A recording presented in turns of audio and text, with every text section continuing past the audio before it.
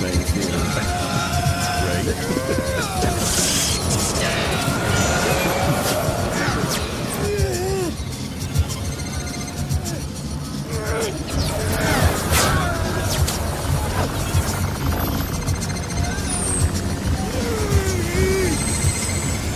The access code.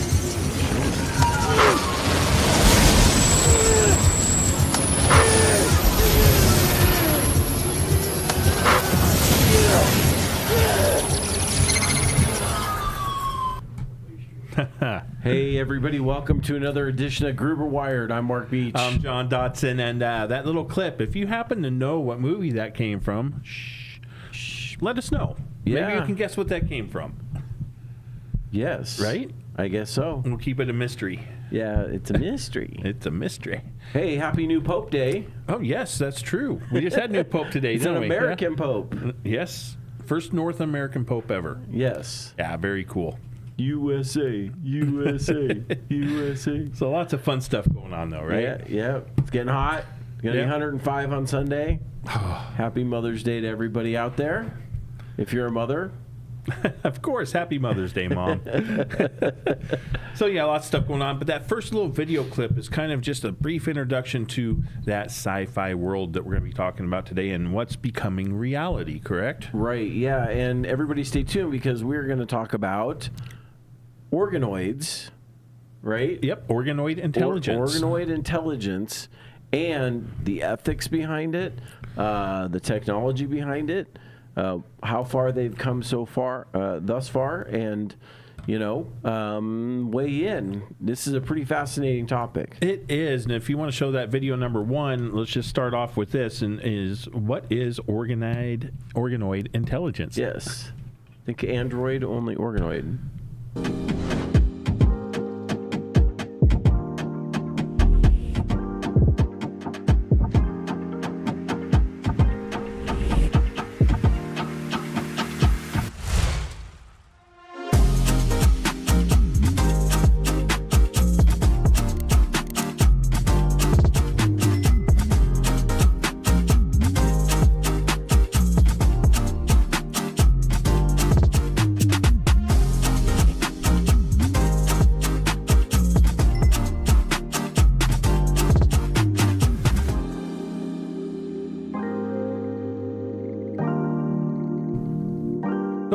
So they call this OI or Oi. Oi. OI. It's OI. And what really, not AI. Yeah. And really what it is an emerging field that explores the use of brain cells, correct? Right. And we're using those to build biocomputers. Now they're finding that this has a lot of potential as far as lower energy use, faster learning curves. It turns out God kind of knew what he was doing when he made our brains to begin Right. with. So we're just trying to reverse engineer that, it seems like. That's really what we're doing. Is we're reverse engineering our brain capacity and what it takes to generate these cells and what we know, correct? As far as learning goes and using them in the computer world. Now, we've already used, cells that we're aware of to replicate, endangered species, right? Right. And that works with organic materials. Yeah. But what we're talking about here is taking brain cells and using them in composite materials and using them alongside, computer chips. Yeah. And working in conjunction with them. Yeah, pretty crazy. Which, one of the things that we're going to show is that they actually used it to learn Pong. Correct, yeah. Remember that old Pong off the Atari? Right, Yeah. and where it took AI about 5,000 repetitions to get it, it took the organoid intelligence 15 tries Yeah, before it learned it. yeah. So, in That's conjunction, this is pretty crazy. insane. Yeah. Your mom says thank you, by the way. Yes, you're welcome, Mom. Love you much. Yeah, Mom just had a birthday, too, so I might as well go back and say happy belated birthday, Mom. Happy birthday. So that's great. They're doing well up there. Yeah. Yeah, we're going to go visit them in July. We're going to go up there to Washington and spend some time with them and the family. That's awesome. Yeah, we're looking forward to that. It's going to be great. Very cool. So Gonna be great. So Don Jotson. Here we go again. Oh, man. I've yet to find out who this Don Jotson is. It's somebody playing on my name there, and I just don't know who it is yet. I'm going to find the culprit. Maybe it's Noah. I was thinking It's Noah for a moment. It's a little brainy, so it could be him. Yeah, it could be. So we'll see. Yep. Yeah. So, the point that I made to you when we started talking about this was, so what happens when you put AI on OI? Do you have a living thing at that point? Yeah, that's what we're going to get into here in a little bit. It's like, where does that line cross? Right. Where do we take a look at living organisms? But at the same time, too, you got to stop and think. Everything around us is living in some aspect. Everything uses cells, even the pens that we carry. So how far do you go down in the basic building blocks to realize, okay, we're going to combine cellular structure along with computing ability and come up with a actual bio computer. Right. And then where can it go from there? Can it learn to grow on its own, learn on its own? And does it take it to different levels that we weren't thinking about? Right.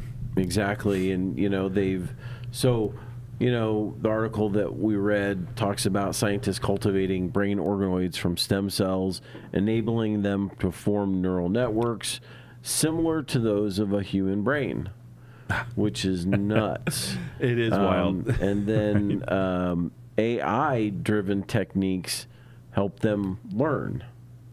Correct. Because AI doesn't use this type of interface, right? Right. So what they're able to do with this is take AI, combine it with, these OIs. So now you have working in conjunction with one and another. Do those simulations grow together? Right. That's to be determined. I mean, this is kind of the new territory. This isn't something that's like, wow, it's all over the place. This is very, very new. Right. But but it's been around for a little bit. I mean, since the early 2020s for sure, and because they've already taught their little prototype how to play Pong. Yeah. That's just crazy, isn't it? Yeah. But there's so much going on here, biohybrid computing, exploring how I can't even say that word. Organoids can serve as biological hardware, potentially offering more efficient computing than silicon-based systems. Right. So, wow, it's a lot in one sentence, but there's a lot going on there. Yeah, I wonder, obviously energy usage would be way lower. Correct. And therefore heat would be less of a byproduct, but I wonder if they have to keep it gooey. That's a good question. I didn't do too much research on that to see. Does it? Well, that's we got to stop and think a second. Our brains are contained in a fluid, in a mass. So, what type of biological material is needed for that stabilization to stay there? Right. What type of environment? Kind of biogel or something. But medical research. This is going to be one that's going to be huge. Like they were saying in the video there briefly, Alzheimer's. Dementia. I mean, there's a lot of medical research that could be done using this particular capability. Yeah, we've covered a lot of different subjects over the last year and a half, but this one's really like top of the game. Yeah. It's fascinating. Well, I'm curious how far this goes. Will it go in the future as far as, like for our industry, working with cabling? Right. Right now we went from using a solid copper state, wire to conduct, electricity over, to using a light source for fiber. Is there going to be a point in time where we use a transfer of cells? Well, we talked about in one of our previous podcasts about like self-healing cables and self-healing chips, materials, things like that. That if they got damaged, they had ways to work around, where they were damaged. Correct. Yeah. So it's you start taking this as a whole picture, and you can kind of just see what's coming down the road. Robots that are using human brain cells powered by AI or trained by AI can self-heal if there's an issue. Yep. Physically. Right. So what are we really building here? I don't know. Are we on the verge of playing God? I mean, depends on how you look at it, right? Is it alive? Hey, as long as you don't grab the abnormal brain, we'll be okay, right? What's the abnormal? What do you mean? Dr. Frankenstein? Oh, right.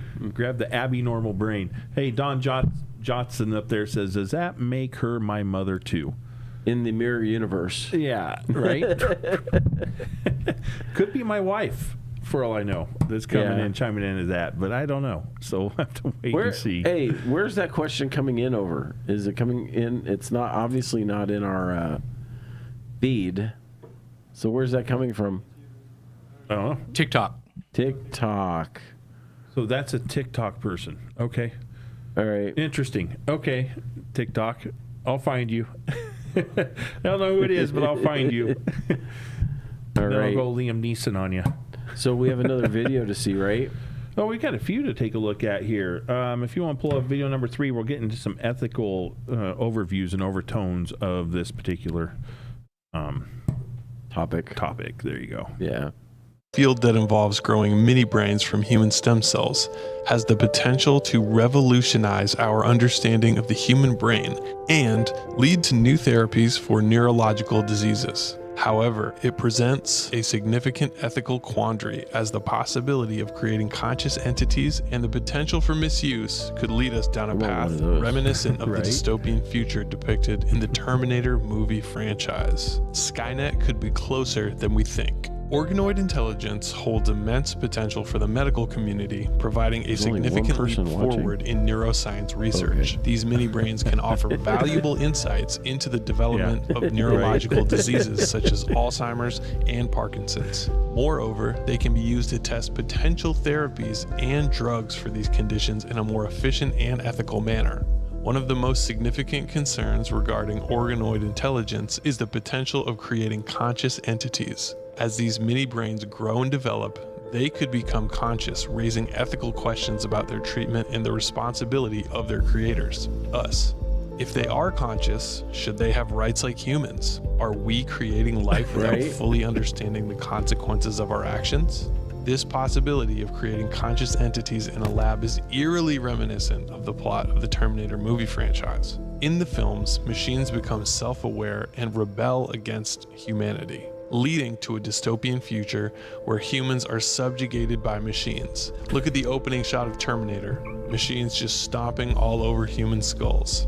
Is that going to be us? Although organoid intelligence is not the same as machine intelligence, the creation of conscious entities raises similar ethical questions about the rights of these entities. If we create something and it's conscious, does that mean it has rights? Yet another concern regarding organoid intelligence is the potential for creating enhanced intelligence. As these mini brains are designed to mimic the structure and function of the human brain, there is a possibility that they could develop superior intelligence, surpassing human intelligence in some areas. This could lead to a range of ethical issues, including the creation of beings that are more intelligent than humans and potentially uncontrollable. This ultimately could lead to our downfall, which would ultimately lead to them taking over the world and the end of the human race as we know it. Moreover, the misuse of organoid intelligence for unethical purposes is also a significant concern. The creation of these entities could be used to create super soldiers, manipulate human behavior, and create intelligent machines that could be used to control and manipulate people. The risk of misuse in the wrong hands is too severe to ignore. While the field holds immense potential for medical research and treatments, the ethical implications of creating conscious entities and the potential for misuse must be carefully considered. We must establish a framework for the creation and treatment of these entities to ensure they are protected and used ethically. But honestly, if we've already started making these things, it's just a matter of time before they take over. As we continue to develop this technology, it is essential to remember the lessons of the Terminator movies and approach this technology with caution, as the potential consequences of its misuse are too dire to ignore. Okay, so the ethical question. It feels eerily like iRobot a little bit A there. little bit there, huh? Yeah. No, but there's going to be a lot of things with this, and the ethical question is, like I said in there, is it possible that we could see in the future with this technology that consciousness could become a thing? Yeah, I mean, You know, it's kind of like playing at the Wuhan lab with the gain of function research, I think. Right. We're not quite sure what's going to come of this, right? We don't know. But the one thing I do know is we don't even have a definition yet of what consciousness is. We're all self-aware. We know what it is, but there's not a scientific or any sort of definition of what that really is. So Right. at this point in time, how would you know when that actually took place? Yeah. You know, so that's one of the ethical questions there that will have to be answered. Well, and because we're teaching it to basically mimic humans, then it's going to respond kind of like that, right? Sure. Yeah. So how do you know? You ask don't. it, are you alive? Yeah, I'm alive. But is that just a generated response, Right. you know, from the input that they've been given Yeah. versus, you know, an allocated response from a consciousness?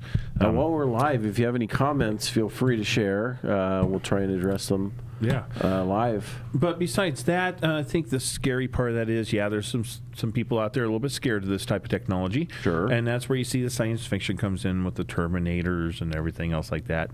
Like anything else, we always say there's some bad apples in this world. You're going to see some things take place that's wrong. We all understand that. But I think that the good that's going to come out of this is going to be tremendous. Well, I don't think there's going to be any way to stop it, really. I mean, people are going to do it, like cloning and other things. People are going to do it whether, you know, the powers that be approve it or not. They'll find a way to do it. As human capability continues to increase, it's just going to be something that is a natural evolution of science and technology, you know, science meeting technology. Sure. So it's going to be more along the lines of how to control it as opposed to whether it should be allowed or not. Yeah, and whether, you know, looking at it as a point from a tool, right? TikTok, could I be Oi Jon Dotson? I guess you could. We just don't know because I don't know who you are. Somebody's messing with me out there on TikTok, so it makes it fun. You don't think it's Harry, do you? Could be Harry. Doubt it, though. Yeah. Doubt it. No, but with this technology that's coming through, I could see the advancements, you know, coming along pretty quick. I really do see that this is going to speed up all sorts of advancements in technology as we know it. Right. You know, especially with our industry and infrastructure, right? Designing not only new materials, but using the materials we have, you know, to be able to push data faster rates, zero latency, the whole program. Right. That's all going to derive from a lot of this type of technology. Right. And once they figure out how to work, you know, brain cells with chips, are they going to put chips in your head? We're already doing that. To make, I mean, look at Neuralink. Well, yeah, you know, but I mean, that's when it becomes basic. more commonplace, I'm talking where you about can for walk. processing. Well, yeah, you know what's going to happen is one of these days this will no longer exist. Yeah. It'll be an implant in your head somewhere on you. It'll be implanted. So you're just picking up a signal and processing it. Won't be immediately. implanted in me. No, it'll be after our lifetime Yeah. for sure. But we're getting there. I mean, that's where they're going. Yep. I hear you. One of these videos is the Pong one, right? Oh, let's see here. I want to say it's video number 4 is the one about Pong that you wanted to take a look at. And then we bring want that up. And then we want to pull up that image that I sent you last after that one.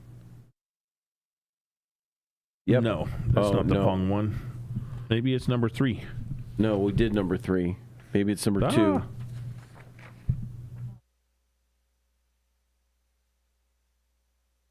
Maybe it is number 2. We're taking a look at this for you. We'll get it going here. That's it, correct? I don't know. Well, show it and we'll find out. Intelligence? Scientists have grown brain cells in a dish, connected them to a computer, and taught them to play Pong from scratch. These neurons, called brain organoids, were stimulated to form neural tissue, creating brainwave activity.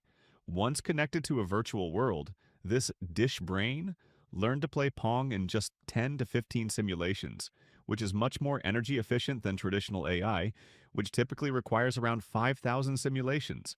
It demonstrates that neurons in vitro can perform goal-oriented tasks. This field, known as organoid intelligence, or OI, is opening doors to biocomputers that could store information and solve complex problems, potentially surpassing the limits of silicon computers. Stay tuned for more updates. By the way, did you know what is Very cool. So yeah, if you want to bring up that other diagram that I had emailed, I was wondering, how does this look? And I actually got this from the website of the company that is actually building this. Okay. Right. So this is a diagram of their working model, essentially. Do you have that, Cass? Yeah, give me 1 second. Sorry. That's okay.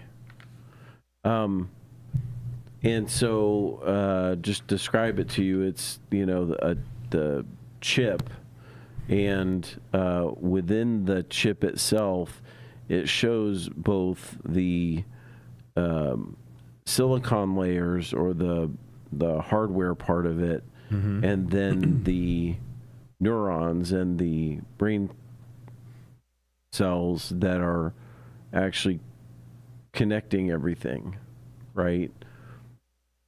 Pretty nifty. Yeah, Kinda it's like what we see interesting, behind us. Yeah, it's one of those things where you take the cells, and the cells are very adaptive. That's the one thing about the human brain, is it's very adaptive in all scenarios.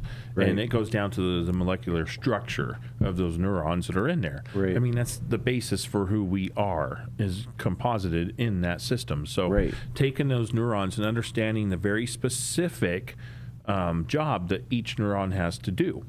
Okay, so they're able to go and collect this particular neuron to do one job. This is for another. Here's another one, in these cells. And then take those and implement them into the chips themselves. And that's where you get the computing factor that comes along. Yeah, it's... So my question again is, okay, if they discover... Oh, here we There we go. If they discover 10 of these neurons make consciousness, right? So that means we only give it 9, and it can never have consciousness, right? Yeah, well... So yeah, and this, again, is directly from the company that's building this, that's built this Pong prototype. And this is the layout, the structure, and you can see the neurons are kind of just overlapping everything. And as the graphic says, neural activity changes in real time to minimize environmental unpredictability.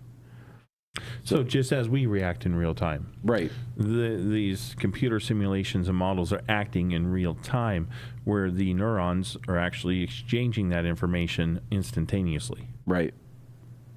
Pretty cool stuff. I mean, it's beyond my pay grade to understand how this works at that level. But the idea is, presenting the thoughts out here, and this is what we try and do. We try and stimulate everybody to think about all the different aspects that we have in play when we talk about AI. And there, we have an AI podcast with Gruber just for that stuff. But this OI is really superimposed over that. It's an overarching theme on AI, because AI is probably going to be incorporated using OI at some point. Oh, I'm sure it will be. I mean, this will have to work in conjunction with one and another. I mean, it's going to be that way. They're going to have a symbiotic relationship. Right. So you have, basically an application that is faster than the human brain when it comes to reasoning, Sure. Or it contains a lot more information. Let's put it that way. It might not be faster, but it has more information at the ready, recall. And then you have a brain cell structure, neurons, transmitting and transporting and calculating, the data. Sure. And it makes sense. I mean, going this direction from what we know, right? What we know as human beings Right. is our brain function. We Right. know, we feel, we can understand, we can touch, we can smell. We have all of this sensory going on. And so when we're developing this technology, we're saying, hey, I already know what this sensory is. I know where I want it to be. How do we go from A to B to C down the line? Right. And studying those neurons and finding that out and capturing those particular particles that are designed to do a specific job within the brain to go inside and work with a specific type of computer, chip, and idealisms, it just opens a whole new box. Well, and think about it, so they have some kind of optics camera type of technology for eyes that then these sit behind it and process the information of the eyes of technology, right? And all that data is fed back through this structure to analyze situational awareness, right? But I also see the benefits of this, like you were saying, in the future, where you get a chip in your brain. Now, if all of a sudden, right, where I can take a look at a subject, I can do some reading. Now I got to sit and have that thought moment, right? That moment to persist, to come up with whatever I'm thinking of, an answer, a solution, whatever it might be. But to know that, in the future, hey, we can plug this chip in your brain, right?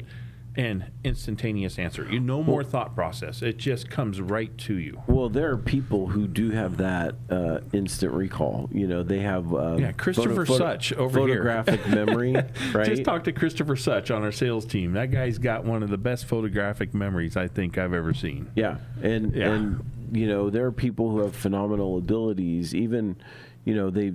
With people with autism that are on some kind of spectrum, but they're highly functioning in certain areas. So whether it's music or mathematics, they can be highly functioning in certain areas. And you think about having the ability to do something like this natively just by a little bit of an addition and then a software upgrade. Yeah.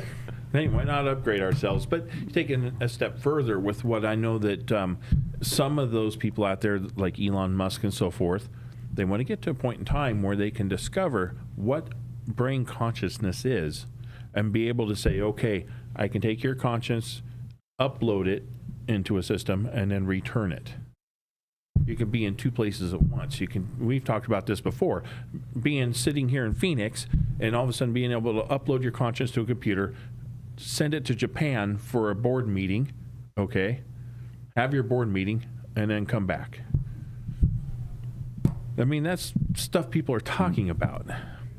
Yeah. It's out there. Yeah, but this is kind of a step towards that. Right. And, building biotech really is redefined by this type of stuff. Yeah.